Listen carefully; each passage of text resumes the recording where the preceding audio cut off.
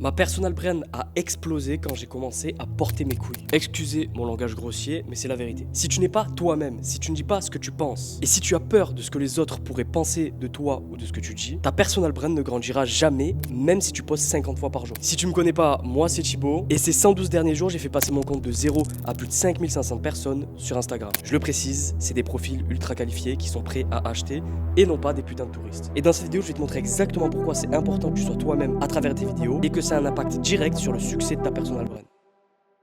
En numéro 1, pourquoi tu dois être reconnaissable instantanément. Il existe quelque chose que j'appelle le branding différenciant. En fait, ton audience, elle doit pouvoir te reconnaître en quelques secondes seulement. Là, tu te dis peut-être, oui mais Thibaut, j'ai une palette de couleurs, j'ai un logo rouge, j'ai une police d'écriture que j'ai trouvée sur Pinterest. C'est pas ça mec, c'est pas ça. Ça, c'est du branding de surface. Le vrai branding, c'est ce que les gens retiennent. C'est la marque indélébile que tu laisses dans l'esprit des gens. Et ça se fait pas avec un putain de logo Canva mec. Concrètement, ça veut dire quoi? La première chose, c'est un élément visuel fort. Ça peut être une casquette, une façon de te filmer. Moi par exemple j'ai toujours ma casquette Under Armour noire. Bon là je l'ai pas, je respecte pas ce que je dis. Mais tu le verras sur mes formats shorts, je te laisserai aller regarder sur mon Instagram. J'ai toujours ma casquette noire. Mais ça peut être aussi une façon de te filmer, ton environnement. Faut que tu aies un élément visuel qui revienne à chaque fois dans tes vidéos. Pour qu'on se dise, ah putain mais lui c'est le mec de la casquette noire. Ah putain mais c'est lui, c'est le mec qui a ces lunettes là. Ah putain mais c'est lui qui se filme dehors. C'est ça que les gens doivent se dire. Mais c'est là que la plupart des créateurs et des entrepreneurs se trompent. Parce que le visuel, ça suffit pas. Ce qui te rend vraiment unique et inoubliable, c'est ton univers, ta façon de penser, ton éloquence, ta manière de parler. Et ça, personne ne peut le copier.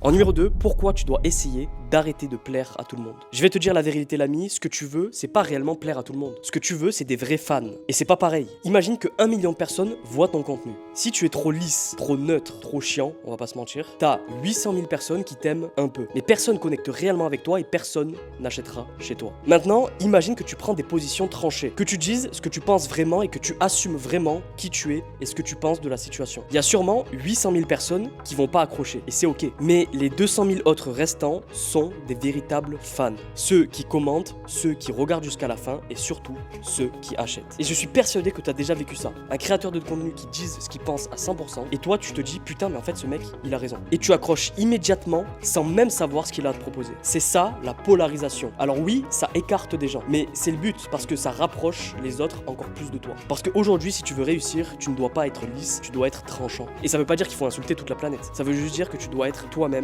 à 100% et ne pas avoir peur du regard des autres. Donc les questions que tu devrais te poser maintenant, c'est qu'est-ce que toi tu penses vraiment de ta niche? Qu'est-ce que tout le monde dit que toi tu penses faux? Qu'est-ce que tu peux assumer même si ça va pas plaire aux gens? Note ces positions et construis ton contenu autour. Et arrête d'avoir peur que des putains de randoms ne t'aiment pas. Parce que les bons vont t'adorer et c'est ça qu'on veut.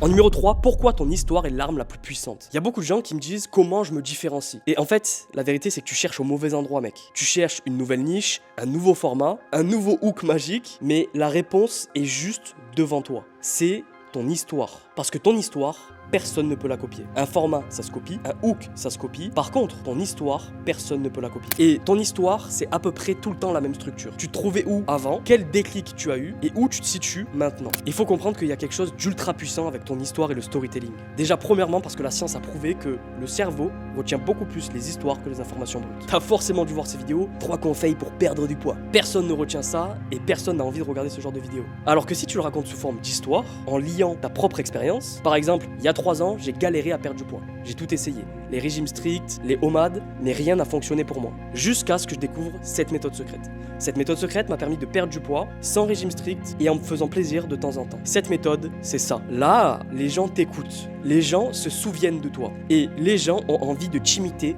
naturellement. C'est pour ça que les créateurs qui réussissent, ce ne sont pas les créateurs qui donnent les meilleurs conseils. Ce sont ceux qui racontent leur vie, leur parcours et leur victoire pour que leur audience s'y attache émotionnellement. Parce que, en fait, la création de contenu, c'est de la vente. Sauf que, au lieu de payer avec leur argent, les gens payent avec quelque chose de beaucoup plus important, leur temps. Par contre, faut absolument que tu fasses attention et pas que tu te transformes en ces putains de PNJ qui ne font que raconter leur vie. Il faut que tu lis le storytelling avec de la valeur, quelque chose d'applicable. Sinon, t'es juste un mignon qui raconte sa vie.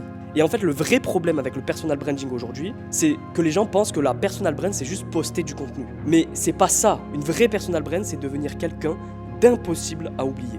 Et ça passe par un univers visuel reconnaissable, prendre des positions tranchées et assumées, et raconter ton histoire avec authenticité. En fait, ton contenu, c'est juste le miroir de qui tu es. Donc arrête d'attendre l'idée parfaite de contenu. Demande-toi plutôt qui je suis vraiment. Qu'est-ce que je pense vraiment de ma niche ou alors du marché en général? Qu'est-ce que j'ai vécu que je n'ose pas encore raconter, qui pourrait instantanément me différencier dans toute ma niche ou dans toute mon industrie. C'est là que se trouve ton vrai branding. Assume qui tu es, prends position et raconte ton histoire. Parce que ta personal brand, elle grandit pas quand tu copies les autres. Elle grandit quand tu assumes d'être toi à 100%. Et c'est exactement comme ça que je suis passé de 0 à 5000 abonnés ultra qualifiés en 112 jours. Et l'ami, je te le dis, c'est que le début.